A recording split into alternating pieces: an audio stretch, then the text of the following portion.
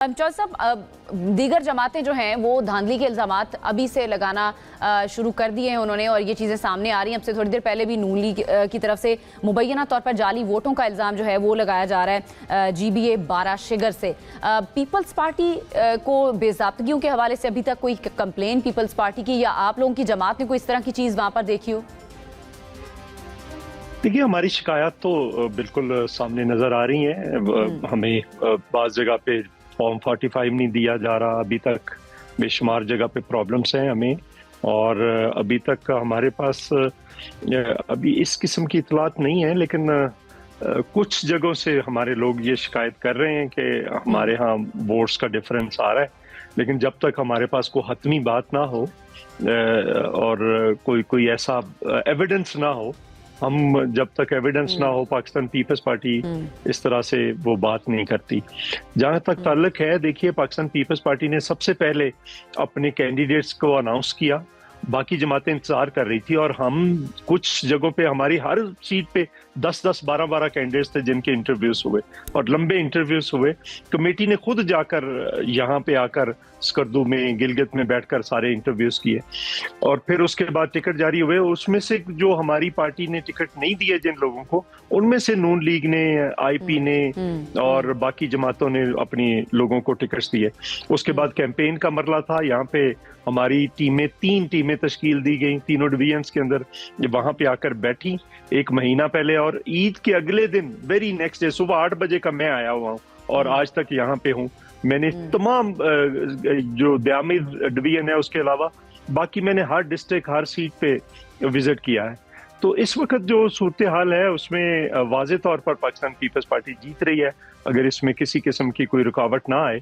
जहाँ पे हमारी शिकायत होंगी बिल्कुल हम सामने रखेंगे, और अगर नहीं होंगी थोड़ा सा बता सकते हैं बिल्कुल वो भी सामने जीतने के लिए पीपल्स पार्टी पुरअज़्म है, या आप एक्सपेक्ट कर रहे हैं कि 2/3 मेजॉरिटी आसानी से पीपल्स पार्टी ले जाएगी? देखिए, अभी तक जो मैं समझ रहा हूँ 5 सीटों से हम यहाँ पे बल्तिस्तान की 9 सीटें हैं, यहाँ से 5 पे हम आगे हैं, 2 पे हम कंटेस्ट कर रहे हैं। इसी तरह से जो दूसरी अपने गिलगित डिवीजन है वहां से भी हम अक्सरियत में है। दयामे डिवीजन में 3 सीटों पे हम मुकाबला हमारा है, 3 सीटों पे हम आगे हैं, बाकी पे कंपटीशन है। तो ये चीजें इस वक्त चल रही हैं। मेरा ख्याल है हम सादा अक्सरियत हासिल कर लेंगे। 2/3 का तो नहीं मैं कह सकता, लेकिन सादा अक्सरियत हासिल कर लेंगे। फिर कुछ आजाद है, जैसे खपलू इत्तेहाद था, उसका कैंडिडेट जीता है, उसका किसी पार्टी से ताल्लुक नहीं, वो सारी पार्टियों के खिलाफ एक आजाद इत्तेहाद बना था, वहां पे उनका कैंडिडेट जीता है। दूसरी जगह पे भी एक इत्तेहाद था, आजाद कैंडिडेट जीता है। सो इस किस्म की कैफियत है, और बाकी जगहों पे भी, वहां पे भी इत्तेहाद है। PTI का और हमारा मुकाबला हो रहा है हुंजा की सीट पे, तो उसमें PTI थोड़ा हमसे आगे है, लेकिन हमारा और PTI का मुकाबला हो रहा है, नून और बाकी पीछे रह गए। इस तरह से गिजर के अंदर हम 2-3 सीटें हैं गिजर की, 2 सीटों पे हम वाज़े तौर पर आगे जा रहे हैं। फिर जो सिटी गिलगित है उसकी नंबर 1 सीट हम जीत चुके हैं, 2 पे मुकाबला जारी है, 3 पे हम आगे हैं। फिर 4 जो नगर की है उस पे हम आगे हैं, 5 पे कंपटीशन हो रहा है, 6 का मैंने बताया जो हुंजा वाली सीट है, फिर गिजर का भी मैंने बता दिया। तो ये सूरत हाल है इस वक्त, ये सूरत हाल है। अच्छा, आप खुद भी वहां पर चूंकि मौजूद हैं, और आपने खुद भी जिस तरह बताया कि ईद के फौरी बाद से आप वहां पर मौजूद हैं, क्या आपने इस दफा डिफरेंस देखा है चौधरी साहब, पिछले गिलगित बल्तिस्तान के इलेक्शन और अब के इलेक्शन में आपको क्या फर्क वाज़े तौर पर नजर आया?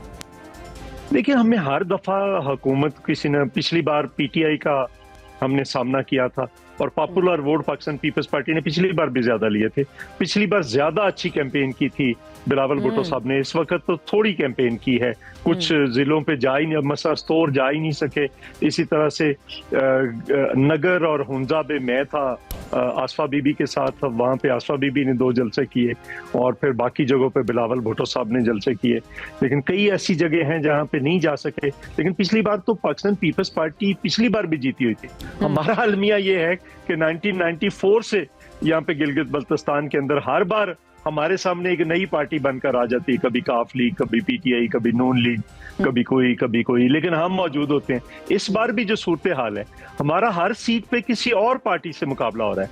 मसलन यहाँ पे अगर मैं इस वक्त स्कर्दू में, आज गिलगित से स्कर्दू पहुंच गए मैं और हमायूं खान साहब, कायरा साहब और बुखारी साहब उधर बैठे हुए हैं, वो आज सुबह ही पहुंचे हैं, तो हमें कहा गया कि आप फौरी तौर पर छोड़ें और आप स्कर्दू पहुंचे। तो वहां पे यहाँ पे सूरत हाल ये है कि एक पे हमारा मुकाबला आईपी से, नंबर 2 जो सीट है उसके एमडब्ल्यूएम से मुकाबला, नंबर 3 पे नून लीग से मुकाबला, नंबर 4 जो शिगर वाली सीट है वहां पे आईटीपी से, इस्लामी तहरीक जो है उससे मुकाबला है। इस तरह से किसी जगह पे खपलू के अंदर नून के एक सीट पे, 2 पे आजाद के साथ पाकिस्तान पीपल्स पार्टी का मुकाबला है। तो हमारी जगह पे, हर जगह पे हमारे सामने जो पार्टी है वो बदल जाती है, लेकिन हम हर जगह पे मुकाबला 1-2 का मुकाबला हमारे ही कैंडिडेट ने, किसी जगह पे शायद हम 3 पे चले जाएं, लेकिन 1-2 का मुकाबला जो है, बाकी जगहों पे पार्टियां बदली हैं लेकिन हमारा ही 1-2 का मुकाबला जो है वो चल रहा है। अच्छा, वैसे अगर अक्सरियती वोट ही पीपल्स पार्टी बेहतर पोजीशन में होती है, अगर आप पॉलिटिकल अलायंस, चॉइस साहब इस बार क्यों नहीं हो सका? जो मेजर जमातें हैं, नून लीग के साथ आप ऑलरेडी अलायंस में पहले रहे हैं, इस बार वो फार्मूला क्यों नहीं था ताकि जो वोट टूटने की, आप खुद भी बात कर रहे हैं कि डिफरेंट जमातें हैं, हर जगह आपको डिफरेंट जमात देखने में मिलती है और इलेक्शन लड़ने में आसानी ना हो जाती अगर पॉलिटिकल अलायंस होता? ये सवाल का जवाब आप दें, मैं फिर मैडम जीबी में कभी भी किसी से अलायंस नहीं किया, हर बार हमने इंडिपेंडेंट इलेक्शन लड़ा है, क्योंकि मैंने कहा कि हमारे पास कैंडिडेट्स खुद इतने अच्छे और इतने मजबूत कैंडिडेट्स होते हैं कि हमें जरूरत ही नहीं यहाँ पे अलायंस करने की। और अभी भी अगर इंडिपेंडेंट फेयर इलेक्शंस होता, ये अमीर मुकाम साहब यहाँ पे आकर जो कुछ इन्होंने किया वो नहीं करते, और वो मिनिस्टर हैं, उनको नहीं होना चाहिए था यहाँ पे। हाँ, ख्वाजा साद रफीक साहब, उनके लिए इज्जत है, बाकी लोग जो मौजूद हैं उनके लिए भी, बैरिस्टर गौर साहब भी तशरीफ लाए हैं, उनको भी पूरा मौका मिला है और भी मिलना चाहिए था। बाकी जमातें भी, अलीम खान साहब मौजूद हैं, उनको भी नहीं होना चाहिए था, वो भी फेडरल मिनिस्टर।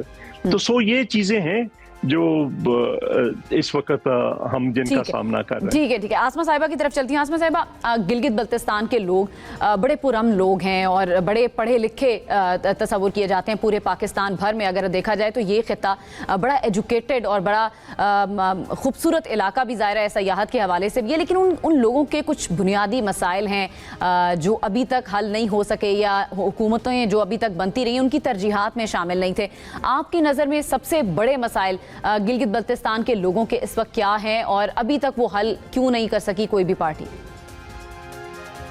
बस मैं इसके ऊपर भी बात करती हूँ, लेकिन अभी जो आप चौधरी साहब से बात कर रहे थे, और आपको पता है कि चौधरी मंजूर साहब काफी पुराने पॉलिटिकल वर्कर हैं, इनकी बड़ी नजर है पाकिस्तान की इसके हवाले से, लेकिन जो इसमें अहम अंसर रहा है इस पूरे इंतखाब के अंदर वो था यूथ का वोट। ये जो यूथ वोटर्स थे उनकी तरफ से, यानी एक बड़ी तादाद में पहली मर्तबा, जिसको आप जेन ज़ी कहते हैं, वो उसका वोट, वो उसका वोट उसने डालना था। और उसकी जो पार्टिसिपेशन है उसके लिए पॉलिटिकल पार्टीज को अपना एक फॉर्मूला या अपना जो लाए अमल था वो तय करना था। हमने देखा कि किसी भी सियासी जमात ने, सिर्फ पीपल्स पार्टी ने उसको गेट जरूर किया है, क्योंकि ऑलरेडी पीपल्स पार्टी की बल्तिस्तान के अंदर, गिलगित के अंदर जो है वो काफी ज्यादा वहां पे उनके फुटप्रिंट्स हैं, उनकी काफी ज्यादा वहां मेजोरिटी, या कहा जा सकता है कि उनकी लोग उनको पसंद करते हैं।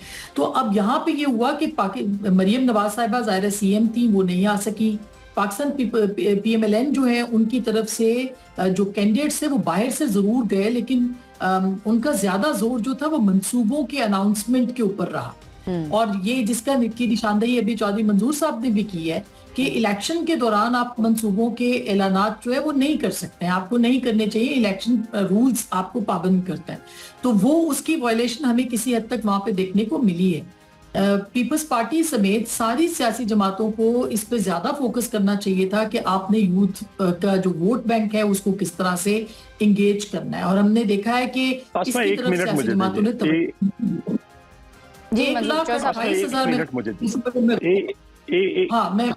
अगर तो मुझे बताइएगा कि 1,28,000 वोटर है, नौजवान जिसने पहली मर्तबा वोट देना था, टर्नआउट भी हमें कोई बहुत अच्छा पता नहीं, अभी जब तक हम आएगा नहीं इलेक्शन कमीशन की तरफ से हम कह नहीं सकते, मगर अच्छा टर्नआउट आया है हमें बल्तिस्तान से। 1,70,000 से ज्यादा आसमा साहिबा कह रहे हैं कि यूथ मैं गुजारिश करूं। जॉय साहब आप कुछ कहना चाह रहे हैं? नहीं, मैं गुजारिश करता हूँ। देखें, पाकिस्तान पीपल्स पार्टी ने बड़ा कैलकुलेटेड चीजें की हैं।